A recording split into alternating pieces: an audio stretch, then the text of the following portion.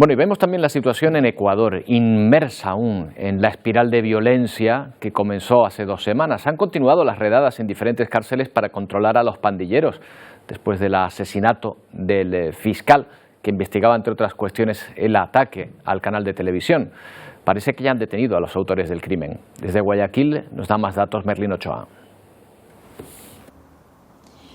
12 horas después del asesinato del fiscal César Suárez, la policía de Ecuador presentó a 2 de los 4 sicarios quienes habrían participado de este crimen que se registró la tarde del miércoles en el norte de Guayaquil, la ciudad más peligrosa del país.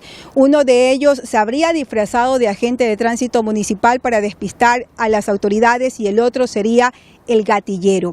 Las investigaciones también determinan si este grupo pertenecen a los Chone Killer, que es una agrupación identificada por el gobierno como terrorista. De hecho, este grupo también es investigado por la policía por el crimen de otro fiscal que se registró el pasado 1 de junio. Ahora las investigaciones están determinadas, o más bien los operativos están encaminados a desarticular a toda esta organización narcocriminal. Y mientras se continúa con la investigación del asesinato del fiscal, las fuerzas de seguridad ecuatorianas han llevado a cabo una redada en la prisión de Guayaquil, la cárcel de la que se fugó Adolfo Macías, el líder de la pandilla de los choneros. En la última semana se han llevado a cabo redadas similares en otras cárceles. Hay 1.700 funcionarios de prisiones que cada día se enfrentan a situaciones de violencia. ¿Cuánto personal interviene en un centro de privación de libertad para medio controlar? Mínimo son 1.000 efectivos, 1.000 efectivos para medio controlar un centro de privación de libertad. La situación en Ecuador nos suena, por lo menos es muy parecida en parte a la que ocurre en México. Hay una asociación que ayuda precisamente a periodistas de este país a huir de este lugar. Arturo Landeros es coordinador del programa Barcelona que protege a periodistas mexicanos, Taula per Mexic. ¿Qué tal? Buenos días. ¿Qué tal, Roberto? Buenos días. Oye, Arturo, ustedes ayudan a proteger a periodistas mexicanos que han sufrido algo muy parecido a lo que están pasando ahora en Ecuador, ¿verdad? Pues de hecho fue el primer pensamiento que tuvimos cuando vimos esas imágenes de la toma de este medio televisivo en Ecuador, porque efectivamente el narco en México también amedrenta y amenaza a los periodistas, a las redacciones de periódicos. Se ha dado ocasiones en que han puesto o han lanzado granadas, ¿no?, o ráfagas hacia los medios. Entonces es una situación, claro, que tiene vasos comunicantes con lo que está pasando en Ecuador. En México lo llevan sufriendo décadas. ¿No les llama la atención que un país estable haya caído tan rápido en una espiral de violencia tan enorme? Bueno, sí.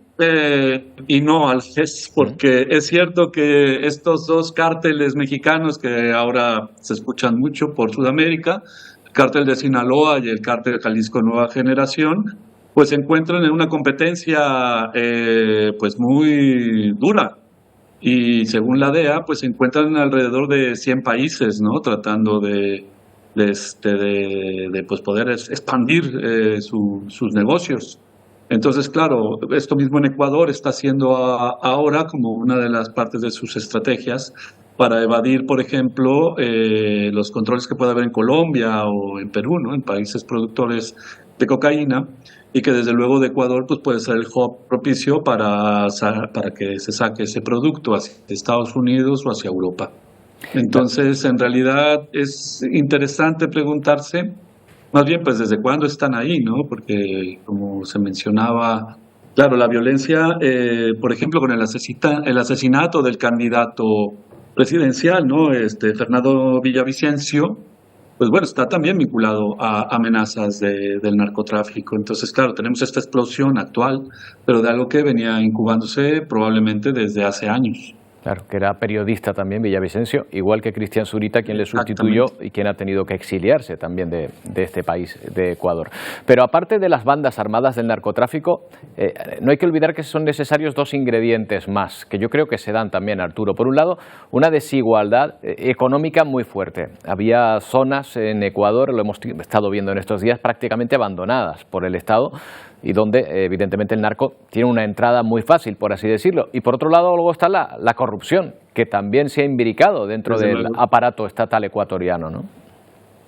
Sí, y hay que recordar también que el Estado ecuatoriano se ha venido haciendo pequeño, ¿no? Desde los últimos 3 presidentes al menos, ¿no? La reducción del Estado y la inversión también, por un lado, en programas, ¿no? De ayudas sociales y desde luego otros en seguridad, pues bueno, son el caldo de cultivo propicio, ¿no? Ecuador, desde luego, tiene una pobreza.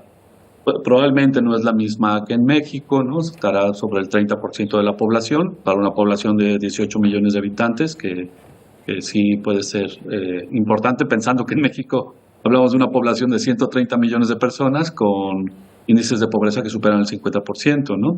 Pero es cierto, o sea, Guayaquil es eso, ¿no? Las regiones que están saliendo ahora en los medios, desde luego tienen pocas oportunidades y se habla poco también de este hecho, ¿no? O sea, si algo conecta también desde luego México con Ecuador, tiene que ver con que quienes están formando parte de estos grupos criminales o grupos del crimen autorizado, como ahora se suele llamar, pues vienen de esos extractos, ¿no? Que también están buscando la forma de salir de la pobreza de una manera bastante equivocada, porque al final es gente muy joven que está poniendo su vida de por medio, ¿no? Ecuador, Arturo, es un país más pequeño, 18 millones de personas, y digamos que este fenómeno del narco tiene menor recorrido. ¿Crees que esto puede hacer que el país, el sistema, la convivencia sea salvable en este país, que se pueda arreglar la situación a lo mejor y que no se enquiste como ha ocurrido en México? Claro, y eso depende de lo que tú mencionabas, el otro elemento que es la corrupción, ¿no? Bueno, hay un presidente ahora mismo que también está ante un juicio político, pero no por corrupción, que también ha sido, ¿no? Me refiero a Guillermo Lasso, pero que de alguna manera también, o sea, no están siendo como muy claros, ¿no? Con estos procedimientos. Entonces, si hay un factor clave en México para que también la situación haya ido a peor, fue la colusión del narco con autoridades políticas, desde las más bajas, digamos, alcaldes de pueblos, ¿no? Que podían hacer un frente de contención, pero bueno, que al final han sido devorados por el narcotráfico, o el narcotráfico directamente ha puesto a alcaldes o a políticos en puestos importantes. Entonces, o sea, el combate a la corrupción es fundamental, es una pieza que si no se salva, pues bueno, Ecuador estará perdido, ¿no? Y bueno, vemos señales como de que será difícil también poder combatir la corrupción. Hay un caso importante, por ejemplo, en Guatemala, cuando estuvo la CICIG, que fue una entidad promovida por Naciones Unidas para poder combatir la corrupción y que, bueno, fue muy exitosa hasta que otro presidente la quitó. Pero claro, o sea, las formas en que también la comunidad internacional puede ayudar a frenar la corrupción en Ecuador, habría que explorarlas, porque creo que esta serpiente ya está como muy buscando, ya está muy enraizada, ¿no? Bueno, pues Será difícil, pero bueno, o sea, la voluntad la tiene el pueblo ecuatoriano, así es que buscar las formas de cortar este fuego. A ver si a esa voluntad se le ayuda con los medios suficientes para que puedan hacerlo, porque es desde luego un rival colosal. Arturo, muchas gracias por habernos atendido. Buenos días. Al contrario, Roberto, gracias. Aquí estamos.